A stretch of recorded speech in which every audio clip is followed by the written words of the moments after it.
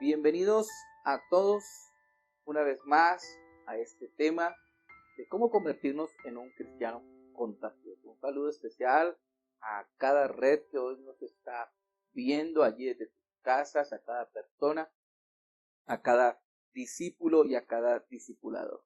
Un saludo a los jóvenes también que están allí aprendiendo cada vez más cómo ser verdaderos discípulos de Cristo. Y usted también que nos está viendo, que nos está siguiendo, que se ha interesado en este tema y está siguiendo nuestros videos por este canal.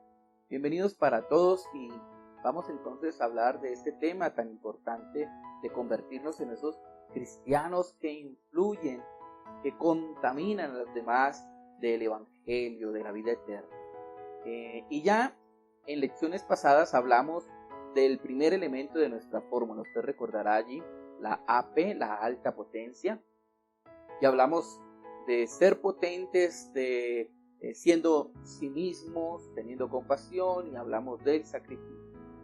En esta lección hablaremos del segundo elemento de nuestra fórmula para el máximo impacto, y es la ES, estrecha cercanía. Y aquí aprenderemos cómo las relaciones son una oportunidad estratégica y cómo relacionarnos con los inconversos. Además encontraremos la forma de acercamiento más apropiada para cada uno de nosotros. Bienvenidos entonces una vez más a esta lección número 16, oportunidades estratégicas que se dan en las relaciones.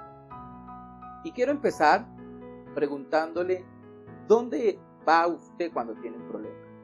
¿A quién recurre cuando usted necesita ayuda o un consejo sobre un tema importante de su vida? ¿Ve lo profundo de estas preguntas? Generalmente acudimos a alguien conocido, no a alguien desconocido, para conversar de esas cosas importantes de nuestra vida o tal vez para pedir un consejo. ¿Hablaría usted con algún desconocido de su vida personal? La respuesta lógicamente es no. Buscamos siempre a alguien cercano, a alguien de confianza que nos pueda dar el mejor consejo. Supongamos que un domingo en la mañana usted está descansando con su familia cuando de repente su privacidad se ve interrumpida por alguien que golpea a la puerta. Allá afuera hay dos personas religiosas que quieren decirle cómo usted puede formar parte de la familia de Dios. Déjeme asumir que su respuesta es apasionada y piensa, vaya, era lo que estaba esperando para poder conversar con personas extrañas sobre temas interesantes e importantes. Realmente lo dudo. Si usted es como la mayoría de nosotros, su primera respuesta es no. ¿Por qué tuvieron que interrumpir en un día como hoy? No estoy de ánimo para hablar con la gente de la calle acerca de temas complicados y personales, sin mencionar el hecho de que tal vez, probablemente, ellos estén entrenados para discutir cualquier cosa que yo diga. Si usted, un cristiano que está comprometido en difundir el amor y la verdad de Dios, se siente de este modo cuando se trata de hablar con extraños de temas espirituales, imagínese ahora cómo se deben sentir sus amigos, los no cristianos, en esta misma situación. Lo más probable es que la gente esté apática de hablar con alguien desconocido de su vida privada. Y es lo que hablamos nosotros acerca de ese evangelismo impersonal. Por muchos años, el enfoque antiguo de evangelismo ha sido el impersonal, es decir, difundir la fe por medio de folletos, campañas relámpagos, hablarle a las personas que no se conocen en las calles, abordarlos para hablar acerca de los temas de la fe. Pero con la creciente secularización de la sociedad, la gente está hoy menos dispuesta a socializar con algún extraño en la calle. Óigame bien, no estoy diciendo que el evangelismo impersonal de salir y de entregar un folleto y de tratar de hablar con la gente no funcione, o que sea una estrategia que no rinda fruto. De hecho, debemos estar haciéndolo, debemos seguir invitando a personas para que puedan conocer más del Evangelio. El hecho es que todos nosotros nos sentimos incómodos cuando alguien de afuera, del círculo que no es de nuestra amistad, trata de influenciarnos acerca de asuntos personales y tan significativos. Y ahora, cuando vivimos en tiempos de tanta violencia y de tanta inseguridad, la gente vive con temor a las personas que se están acercando. No estoy diciendo, vuelvo y repito, que sea eficaz, que no sirva, que no sea una estrategia buena para evangelizar. Todos naturalmente nos sentimos atraídos hacia personas que ya conocemos y en las que ya confiamos. Los amigos escuchan a sus amigos, confían en los amigos, dejan que sus amigos lo influyan, compran de los amigos. Y esto es cierto tanto respecto a productos como a ideas. Así que si vamos a tener un impacto en nuestro mundo para Cristo, el enfoque más eficaz será a través de la amistad con aquellos que necesitan ser alcanzados. Tendremos que acercarnos más a ellos para que puedan ver que genuinamente nos preocupamos y que tenemos el mejor interés en nuestras mentes.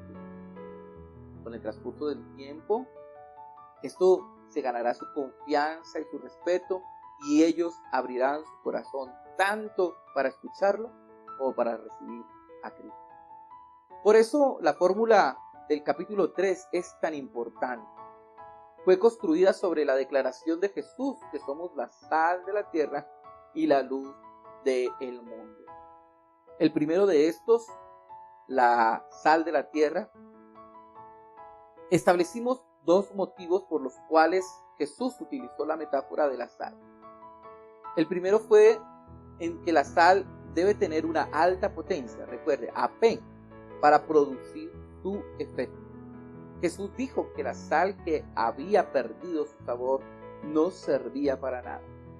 Por eso, en nuestras últimas secciones, se dedicó a desarrollar varias de esas características que los cristianos debemos tener para ser altamente potentes. Recuerde, ser genuino, sea usted mismo, ser compasivo, poder ayudar a otros, que es el imán que atrae a las personas, y el sacrificio, ¿no? El darnos por las otras personas allí.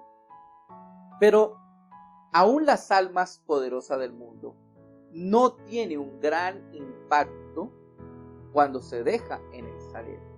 La sal debe tocar los alimentos para producir su efecto potencial.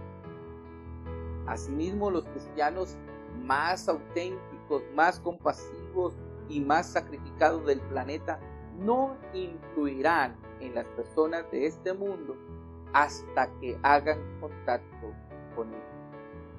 Por eso, esta sección será clave en el segundo elemento de nuestra fórmula, la EC, que significa, como lo dijimos antes, estrecha cercanía.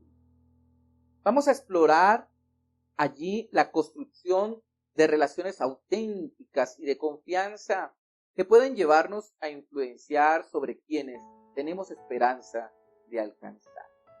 Hablemos entonces de esas relaciones significativas. Pero seamos honestos.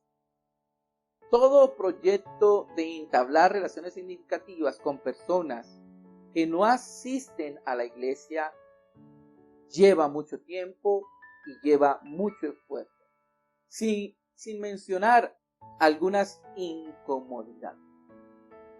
Así que puede que nuestra tentación sea buscar el camino más corto en el proceso. Después de todo, razonamos que hay demasiada gente para ser alcanzada para que dediquemos mucho tiempo tratando de conocer solo a uno. El problema es que podría parecer un atajo razonable hacia la verdad. Termina siendo esto un giro erróneo que descarría el proceso espiritual de las personas. Déjeme contarle una ilustración. Un hombre líder de una iglesia estaba teniendo una presentación de música y de teatro para alcanzar a la gente que normalmente no acudía a su iglesia.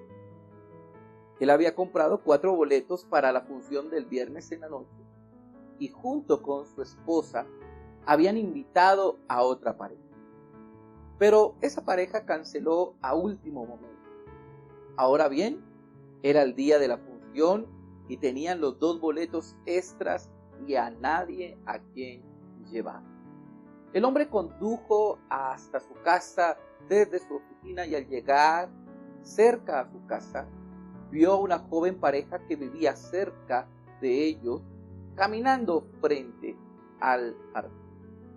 No estaban casados, no habían demostrado nunca ningún interés hacia las cosas espirituales, solo conocían su nombre.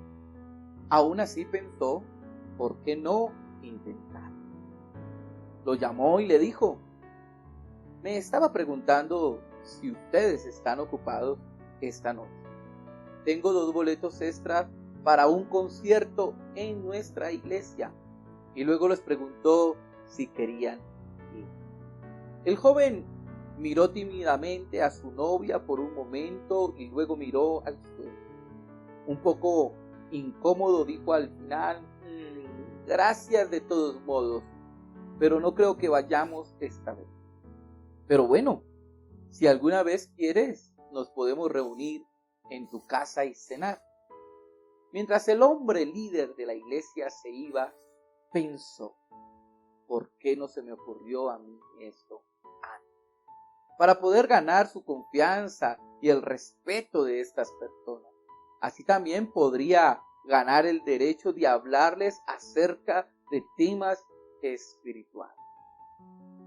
Lo interesante de la historia es que estas parejas, semanas más tarde, consiguieron reunirse y salir al cine y luego a comer. Semana tras semana se iban relacionando sin hablar de temas de la iglesia o del cristianismo. Fue una noche donde la misma pareja comenzó a hacerle preguntas de las cosas espirituales. ¿Comprende la lección que estoy enfatizando en esta ilustración? Seremos inteligentes si intentamos establecer relaciones sobre las bases naturales de la amistad y no sobre las bases amenazantes del evangelio. Luego de establecer las relaciones significativas, podemos llevar esas conversaciones naturales a conversaciones o a temas espirituales. Como ejemplifica esta historia, en muchos casos no hay que esperar mucho. Mucha gente está buscando un confidente, alguien con quien pueda tratar asuntos de mucha importancia. Para reforzar lo que estoy diciendo, veamos el inspirador ejemplo de la vida de Jesús. Es sorprendente cuántas veces pasamos por alto el hecho de que Él dedicó la mayoría de su tiempo a quienes estaban fuera de la religión. A decir verdad, la mayor parte de sus encuentros fue con gente que no estaba en el campo religioso. Esto nos demuestra cuánto le importan las personas a Dios. En Juan capítulo 4, Jesús tiene un encuentro con una mujer samaritana. Y culturalmente, los judíos y los samaritanos se odiaban entre sí. A pesar de esto, Jesús se acerca a esta mujer en el pozo y comienzan a entablar una amistad con ella. Comienza a hablar de cosas naturales, como el agua. Jesús le dijo, dame de beber. Al pasar el tiempo, la conversación, allí Jesús comienza a hablarles ya de temas espirituales. Si bebieres del agua que yo te daré, no tendrás sed jamás. Ya al final, usted conoce la historia. Notará que Jesús logró impactar e influenciar en la vida de esta mujer. Y fue esta mujer samaritana la que condujo al resto del pueblo samaritano a los pies de Jesús. Otro ejemplo es Pablo, Él dijo en 1 Corintios capítulo 9, versículo 22 al 23, cuando estoy con los débiles, me hago débil con ellos, porque deseo llevar a los débiles a Cristo.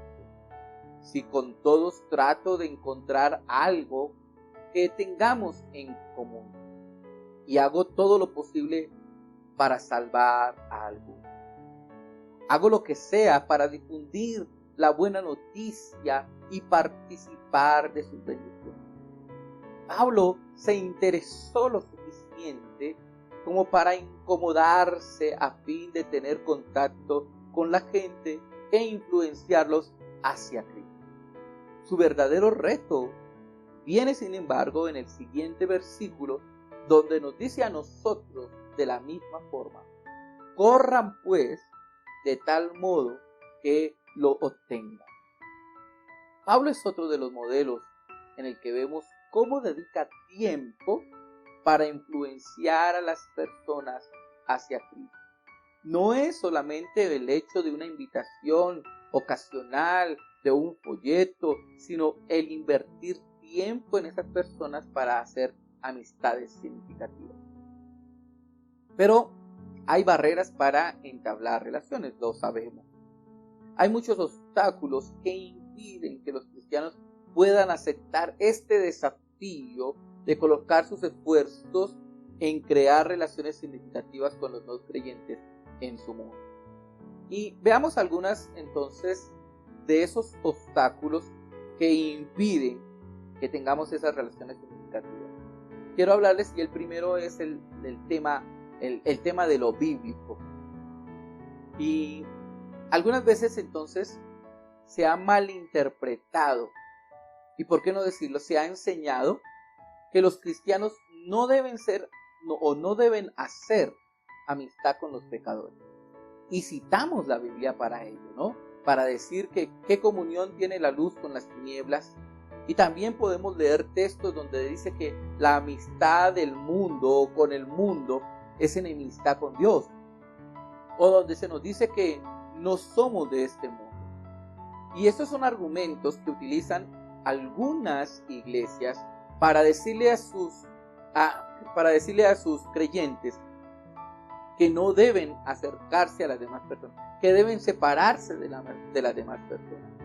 Si estos versículos forman parte de nuestra crianza como creyentes, la mera idea de no ser amigos de personas no cristianas es un argumento probablemente que suene cuestionable e incluso antibíblico. Tratemos entonces brevemente esta idea observando un poco más acerca de los pasajes bíblicos en sí. Primero, note Santiago capítulo 4:4. Sí dice que no debemos ser amigos de este mundo. Pero está claro que junto este pasaje con otros pasajes, tales como Primera de Juan, capítulo 2, 15 al 17, que la palabra mundo no se refiere a las personas en sí. La palabra mundo se refiere al sistema que gobierna a las personas, como el sistema de pecado o el sistema del mal. En otras palabras, está diciendo que no debemos amar o seguir el sistema pecaminoso de este mundo. No nos está diciendo que no debemos amar a las personas, sino que no debemos seguir el sistema pecaminoso o las ideas de este mundo. Por el contrario, debemos seguir el mandato de Cristo de amar a los demás sin caer en el pecado de amar las cosas malas que hacen o sin participar de ello. Del mismo modo, Juan en el capítulo 17 del Evangelio, en el verso 14, donde Jesús dice que no somos de este mundo. Este mismo texto se interpreta a veces como que no debemos asociarnos con la gente que está fuera de la familia de Dios. Pero note que los versículos siguientes, el 15 al 18, demuestran totalmente lo opuesto. Jesús en su oración dice al Padre: no te pido que los quites de este mundo, sino que los protejas del maligno. Como tú me enviaste al mundo, yo los envío también al mundo. La pregunta es, ¿y por qué Jesús vino al mundo? De acuerdo con su propia confesión, dice que Jesús vino a buscar y a salvar lo que se había perdido. Lucas 19:10. Podemos concluir recordando que Jesús fue acusado por ser enemigo por sus enemigos, de ser amigo de recaudadores de impuestos y de pecadores. Si bien esto era una forma despectiva de referirse a Jesús, Jesús nunca lo negó. En cambio, lo tomó como un cumplido. Entonces, uno de nuestros primeros, obstáculos es los textos bíblicos que han sido mal enseñados al decirnos que debemos separarnos, que ya no debemos estar más con este tipo de gente, que debemos aislarnos de ellos. Pero el Señor no nos mandó a aislarnos del mundo, del tipo de las personas, sino de todo lo malo y deshacernos de todo lo malo, sistemas pecaminosos, sistemas de creencias de este mundo, y acercarnos a ellos con el verdadero evangelio. El segundo obstáculo es el peligro espiritual. Y así que entonces, visto de que ahora tenemos la idea de acercarnos a las personas no cristianas para el propósito espiritual, es una iniciativa bíblica, recuerden, modelada por Jesús y el apóstol Pablo, es decir, podemos ir a ellos. Pero ¿qué sucede con los riesgos asociados a estar cerca de los que activamente se rebelan contra Dios? Es decir, ¿qué sucede al pasar tiempo con todo ese tipo de personas? ¿Y qué tenía en mente Pablo en 1 Corintios capítulo 15, versículo 33, cuando dijo: no se dejen engañar, las malas compañías corrompen las buenas costumbres?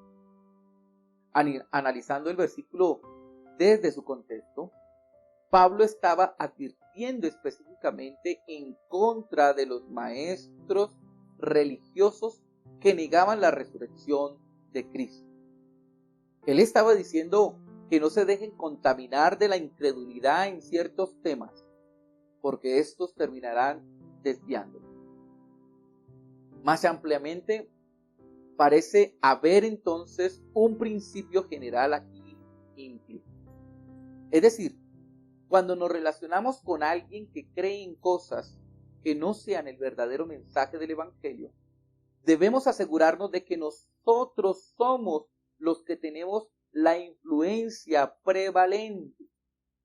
Es decir, como Pablo dijo en 2 Corintios 10:5, destruyendo todo argumento y toda altivez que se levanta contra el conocimiento y llevando cautivo todo pensamiento para que se someta a Cristo. Esto significa que cuando sentimos que somos influenciados negativamente por ideas y actos de otras personas, es tiempo de dar un paso atrás, por lo menos por un momento. Es crucial que permanezcamos siendo nosotros la influencia dominante en los asuntos morales y espirituales. No es difícil juntarnos con ellos. No es difícil si nos acercamos a esas amistades con el propósito de influenciarlos y de contagiarlos de Cristo, y no dejarnos nosotros de influenciar o contagiarnos de sus ideas o de sus conductas. Allí está claro que hay un peligro espiritual si yo no tengo el enfoque y el propósito por el que soy enviado. Si yo soy débil, si aún no tengo el propósito, pues todavía no me puedo acercar a esas personas.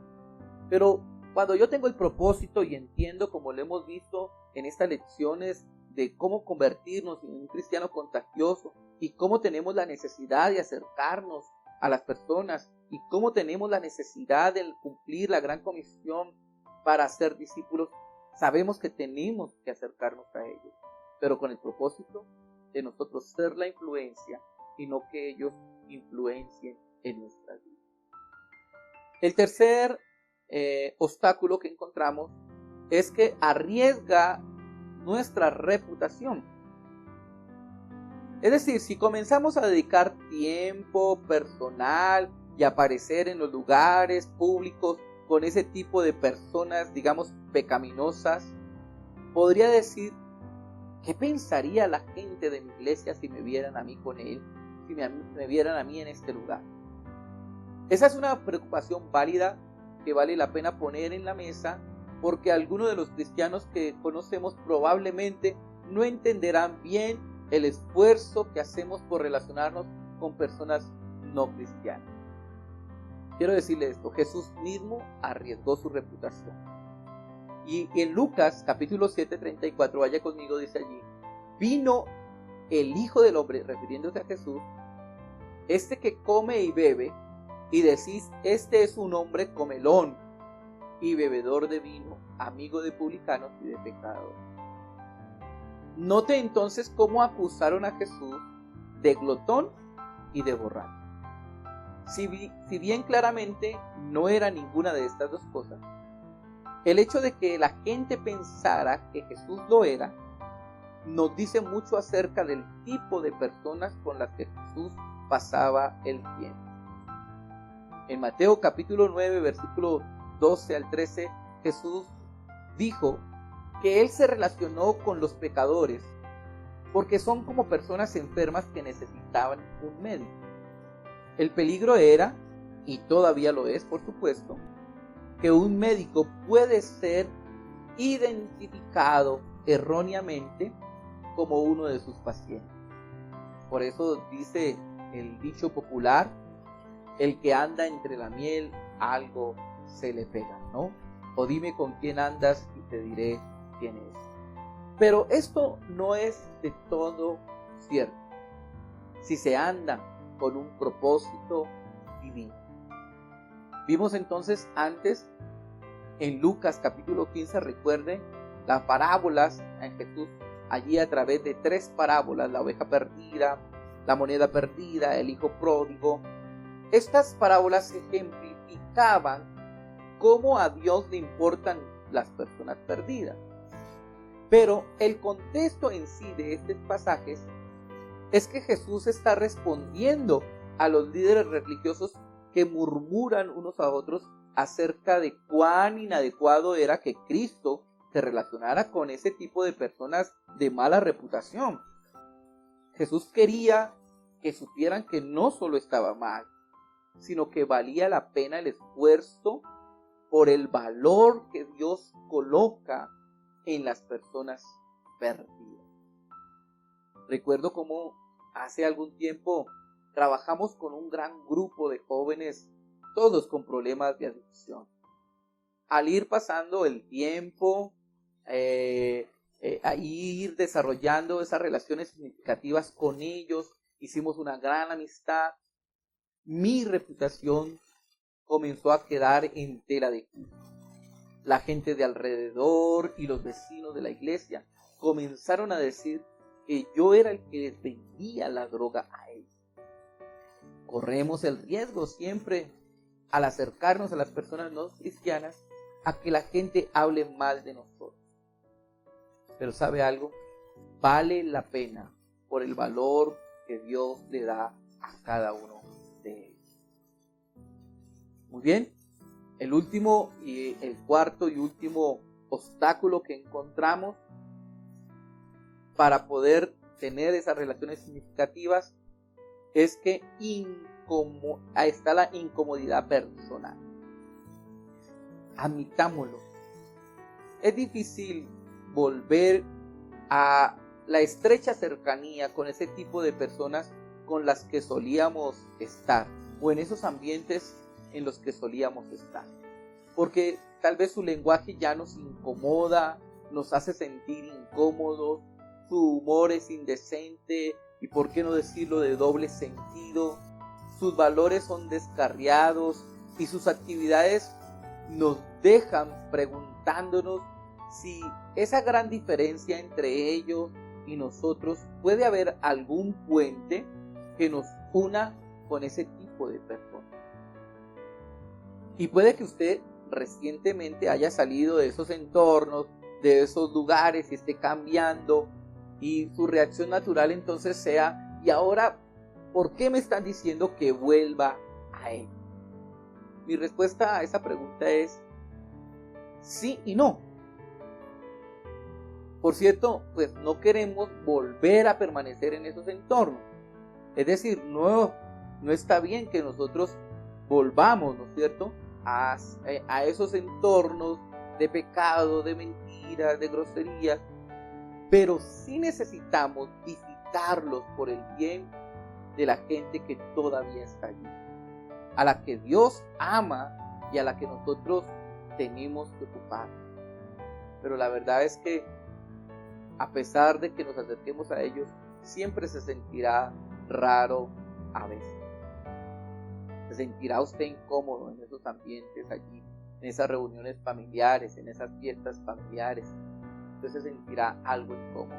Pero sí es necesario que estemos allí haciendo la diferencia y creando puentes allí. Muchas veces, al encontrarnos en esos entornos en los que vivíamos antes, nos vamos a sentir incómodos. Como que no pertenecemos allí, ¿no? Sí le ha pasado en algún momento, no, pero esto ya no es lo mío, ¿yo qué hago acá? Y vendrá entonces en nuestra mente ese pensamiento, esa pregunta: ¿qué hago yo aquí? Las voces son fuertes, la música a todo volumen, el lenguaje es grosero, las conversaciones son pasadas de tono. ¿Por qué estoy aquí? Y el Espíritu Santo entonces le susurrará al oído diciéndote: estás construyendo puentes de confianza, estás estableciendo amistades, estás colocando el cimiento para conversaciones que podrán darse en lo espiritual. Tal vez el Espíritu Santo te dirá: estás haciendo lo mismo que Jesús. Jesús compartió con la gente pecadora, no para ser un pecador como él, sino para sacar y atraer al pecador a su persona, a Cristo. Concluyamos entonces recordando que las relaciones nos pueden brindar una oportunidad, o pueden brindarnos mejor oportunidades estratégicas para hablar de Cristo. Esas amistades se pueden lograr cambiar a la manera, poco a poco, en conversaciones en las cuales podamos ir hablando de Cristo. Es decir, todas esas amistades para nosotros deben ser una oportunidad estratégica para evangelismo. No queremos negar entonces, óigame bien, la eficacia del evangelismo personal, no. Pero sí es cierto que el enfoque más eficaz para llevar el evangelio será a través de la amistad con aquellos que necesitan ser alcanzados. Jesús, recuerden, y el apóstol Pablo son el ejemplo de ese evangelismo relacional, de esa estrecha cercanía con el no creyente. También vimos que hay barreras para establecer relaciones, y entre ellas encontramos que están los temas bíblicos, es decir, que alejarnos del mundo es una opción, pero vimos que está mal enfocado, no es una realidad, tenemos que estar allí. Segundo, vimos que el peligro espiritual, es decir, llegar a ser influenciados por otros, pero nosotros tenemos que llegar a hacer influencia sobre los demás. Tenemos que ser la influencia positiva sobre ellos y no ellos sobre nosotros. El tercer riesgo que hablamos fue arriesgar nuestra reputación, es decir, que vamos a recibir la crítica de los demás, la gente murmurará, la gente hablará de nosotros, pero cuando estamos con un propósito, usted sabe por qué está en ese lugar especial. Usted sabrá por qué Dios lo colocó en ese trabajo donde todos hablan de una manera, donde todos son hombres y se comportan de una manera, donde todas son mujeres y conversan de una manera y hacen de una manera que a usted no le agrada, que a usted no le gusta, que no aparece en la Biblia, pero por alguna razón Dios lo puso allí. Y por más que usted esté allí, pues la gente hablará y usted es igual que ellos, pero si usted hace la diferencia, tiene un propósito, está cumpliendo el plan de Dios. Y cuarto, vimos que incomoda personalmente. Es decir, nos vamos a sentir incómodos a veces en esos entornos donde uno dice, yo ya no disfruto de eso, a mí no. Entonces, cuando compartimos con familiares que no son cristianos y ellos ponen su música, ponen su eso, pues yo me puedo sentir incómodo. Pero yo sé que estoy allí con un propósito para hacer puentes. Entonces yo puedo hablar con uno, puedo hablar con otro, puedo generar confianza y en el momento indicado puedo conversar de Cristo. Muy bien, entonces eso hemos visto hasta ahora. Queremos entonces que usted pueda tomar este tiempo de reflexión. Tiempo de reflexión es que usted se reúna allí con su red, socialice con su red y socialice entonces qué barreras tienen. Cuéntenos qué barreras tienen para acercarse a las personas. ¿Qué barreras ha encontrado usted allí para acercarse a las personas? Compártanlo allí para que veamos esas barreras y cada barrera que identifiquemos podamos también romperlas, cruzar esas barreras para seguir alcanzando a los demás. Y comparta si usted ha tenido alguna experiencia al compartir el evangelio con un inconverso. ¿Qué experiencia tuvo? De pronto fue rechazo, después usted comenzó con una amistad. ¿Cómo fue la estrategia? Comparta cuál fue esa experiencia de compartir ese evangelio o cómo se está acercando, cómo está haciendo amistades significativas.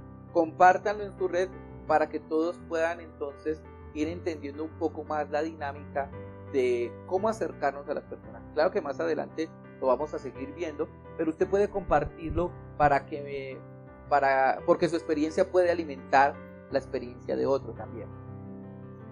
Y por último, queremos entonces pedirle el favor que haga una selección. Queremos que esta lección no solamente quede en el marco teórico, sino que lo llevemos a la práctica. Entonces, queremos que usted escriba los nombres de 3 personas cuyas vidas quisiera usted que fueran impactadas espiritualmente. 3 personas a las cuales usted quiera que Dios, que Cristo tocara, que el Espíritu Santo les hablara. Estas deben ser personas, obviamente, dentro de esa esfera de influencia suya, es decir, algunos conocidos, pero que usted ya está entablando una relación. Queremos que usted vaya empezando por ese camino. Y que crea que usted tiene alguna oportunidad finalmente de hablar con ellos de Cristo. Es decir, un proyecto, por así decirlo, de que esa persona pueda llegar a acercar. 3 nombres en los cuales usted pueda tener allí. Pero al hacer esta lista de impacto, esto le ayudará a tener usted la esperanza de que en algún día, de alguna forma, llegaremos a esos momentos de poder interactuar con esas personas y al final hablar de Cristo. Entonces es importante hacer esa lista. Y también importante pedirle, obviamente, la guía de Dios para elegir a esa persona bien. Y orar a Dios acerca de ellos. Ore a Dios con ellos, Señor. Háblele a Dios de ellos, Señor. Mira a mi hermano, mira a este amigo, a este vecino, Señor, míralo. Y entonces ore a Dios acerca de ellos, pidiéndole al Espíritu Santo que Él los llene del amor y de la verdad de Cristo. Además, ore para que Dios lo ayude a expresar amor incondicional y una amistad genuina. No es decir, Cristo te ama, pero no nos interesamos en las personas. Es realmente interesarnos en esa persona, una amistad significativa, es lo que llamamos nosotros. Así como también para que Dios le dé sabiduría acerca de cómo abordarlo. Y usted le dice, Señor, ¿cómo hago? ¿Cómo empiezo? ¿Qué le digo? ¿Qué estrategia? Y cómo empiezo a hablarles de Jesús. Entonces pídale al Señor. Como dice en una oración Dieter Sander, necesitamos hablar a Dios de la gente y luego hablarle a la gente de Dios. Permítame terminar entonces esta lección con una palabra de aliento. No puede ser un cristiano contagioso sin acercarse lo suficiente a las personas para que se contagien de él. Como dijimos antes, los amigos escuchan a los amigos. Así que conviértase en uno de ellos. Y si no empezamos por aquí, no llegaremos eficazmente a ningún lado. Dios le bendiga, Dios le guarde, bendiciones para todos. Nos vemos en una próxima lección de este gran discipulado, convirtiéndonos en un cristiano contagioso. Bendiciones para todos.